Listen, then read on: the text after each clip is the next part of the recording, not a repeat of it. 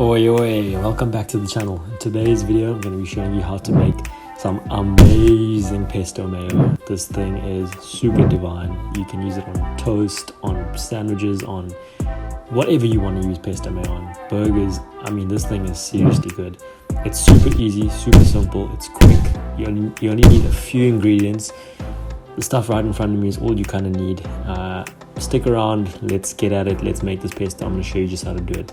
Let's go. So basically these are the ingredients that you'll need. I'm going to go through each one. First one I'm going to start with is you are going to need a food processor. If you don't have this, use a blending stick. But a food processor, this thing works like a bomb. You need one of these. It's going to make a pesto super easy, super quick. Next up, we're going to need some cheese. You can use whatever cheese you have, cheddar, mozzarella, whatever, it doesn't matter. You're also going to need 2 chilies, green or red, doesn't matter again, either one's fine. Then you're going to need some black pepper. You are going to need to have some peanuts, whole or crushed like this here, either one's fine, just have some peanuts. Then you are going to need to get yourself some garlic. Could be crushed like this one, or it could be whole and fresh, up to you, either one's okay as long as it's garlic. You're going to need some lemon juice. Obviously olive oil is a big ingredient, the key ingredient, so make sure you have lots of olive oil. Next up, the secret ingredient, the secret sauce, the mayo. Need some mayo, and then obviously salt, and lastly the main ingredient, the actual coriander. Okay, so I've emptied this out into a strainer just to show you what it looks like, but this is the whole packet right here. It says coriander. This is what you're going to need. Coriander, the main ingredient. Yeah, so basically this is all you kind of need. These are your ingredients, not a lot. They're all cheap, they're all super easy to find. So once you've got all these, we can get cracking on getting the pesto made. So first up is obviously to empty out your pesto, empty out your coriander into a strainer or a colander of some sort. So you need to empty all of it out into this here. Then take it over to your sink and just run the coriander in some water. This is just to get any sand or dirt or grit out of the coriander. So just give it a good wash, good rinse. Then dust it out, get all that excess water out. It doesn't need to be bone dry, but it just needs to have as much water out as you can get out. So just like I'm doing here, squeezing the water out, it's cool. There we go, all done.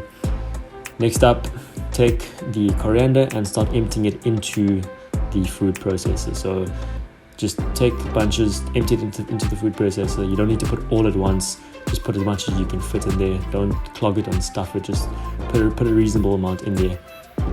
I'm literally putting it in with the stems and everything. It's really fine, no issue. So yeah, just dump it all in there. Once it's in there, we can get cracking on adding some ingredients. So first up, you're going to want to take olive oil and start throwing olive oil in this mix. Just put as much olive oil as you want, don't miss with it. You need lots of olive oil, it's the main ingredient. So put lots and lots in there. The more olive oil you have in there, the more liquidy the texture is going to be. The less olive oil you have in there, the more coarse and sticky, dry the texture is going to be. So yeah, get the olive oil in there, don't be shy with it. Next up is salt. So whip in some salt. Now remember, the important thing is always put less salt. Okay, always put less salt rather than more salt. You can always add in more salt if you feel like the salt is less, but you cannot remove salt once it's in there. So start by putting less salt in. Okay, very important, please put less salt. Next up, take your nuts, could be whole, could be crushed, whatever it is, and just start throwing it in the whole mixture as well, just like this. So dust it right around. If your nuts are whole, it's fine, just drop it in there. The food processor will cut it up. Once you've done that, grab your lemon juice and start putting some lemon juice in there as well. Once again, go slightly less rather than more. Okay, after that, you're going to put some black pepper. Once again, I'm going to stress this again, put slightly less rather than slightly more. You can always add more pepper if you need. After pepper, you're going to take a teaspoon of garlic. If you like less garlic, take slightly less, but I'm just using a teaspoon. Drop that in there. Then you're going to take your chilies and you're going to cut the tops off, cut the stems off, just like I'm doing here. Cut the stem off and then drop your chili inside the food processor. So put it in the mix. You can leave it whole, it's fine. So I just dropped my 2 chilies in there. Then you're going to take your cheese, whatever cheese you have, and you're gonna sprinkle it right around in the mix. Get it all up in there. The cheese is the secret, beautiful ingredient. So yeah, just sprinkle as much cheese as you want. Put a decent amount, not too much. Then I'm gonna go in with 4 teaspoons of mayo. Again, you can put as much mayo as you want, but I'm just using 4. I'd rather put less than more. I can always add more mayo. So yeah, once I'm done that, I'm gonna close up the food processor. All my ingredients are in, and I'm gonna press that power button and let this thing spin and start blending and processing. As you can see, the colors are turning out beautiful. The texture is looking good. It's blending. It's getting all nice and liquidy. Love it, love it. I'm gonna stop it here. I'm gonna open up the cover. I'm gonna have a look at what's going on in the food processor. I'm gonna take more of my coriander that I still had in my bowl. I'm gonna dump more of that into the food processor, and I'm gonna close it up, and I'm gonna start blending again. Okay, so if you have a lot of coriander, just blend and then put more in, and then blend and then put more in, keep going just like that. So yeah, I'm gonna blend this up some more. It's really looking good so far. I'm gonna switch it off now, open up the cover once again, and just have a look once more as you see what's happening in the whole mix here. And as you can see, it's looking awesome. The texture is looking great. It's not too liquidy, it's not too thick. Everything is blending really nicely. So yeah, I'm really happy with this so far. I'm actually going to add in a little bit more olive oil now, just to give it a slightly more liquidy texture. And if at this point, if you need more salt, if you need more pepper, or if you need more anything, just basically put that in there. And what I like to do is I like to take my spoon and have a taste of the pesto at this stage, just to see what I'm missing. And if I am missing anything, then I can always throw it in there and add it. So I just like to have a little taste, and yeah, that'll kind of tell you whether you need more salt, pepper, cheese, chilies, whatever you need. The other important thing is to remember to blend this pesto for as long as you possibly can, because you want to get it to the really fine, smooth texture. Okay, you don't want it rough and grainy unless you like it like that. So keep blending it until it's smooth, until it's perfect. You can also keep adding coriander in there if you need to add more coriander in there. And it's up to you. If you have more coriander, throw it in there. Let's get blending, blend it more.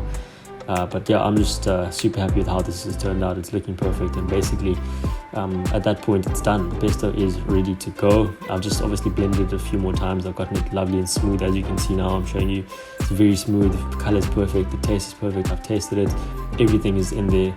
I've got a decent amount in as well, and it's just looking really, really, really good. I'm super happy with how this has turned out. The pesto mayo is looking fire. So yeah, I'm just gonna now empty it out into a bowl.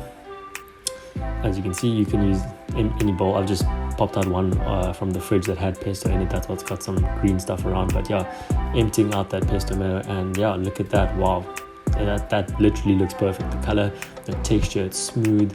It looks amazing.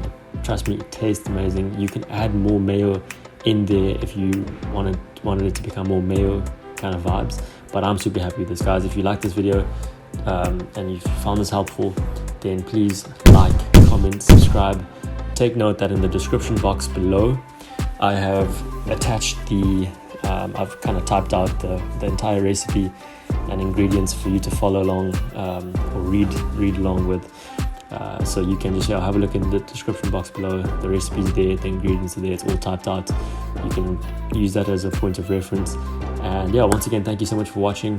Please guys, like, comment, subscribe. If you have any questions, just give me a shout down in the comment section. I'll answer them to my best. And yeah, stay tuned for the next video. Thanks for sticking around, thanks for watching, and go and enjoy this amazing pesto mayo. All the best. Cheers, I'm out.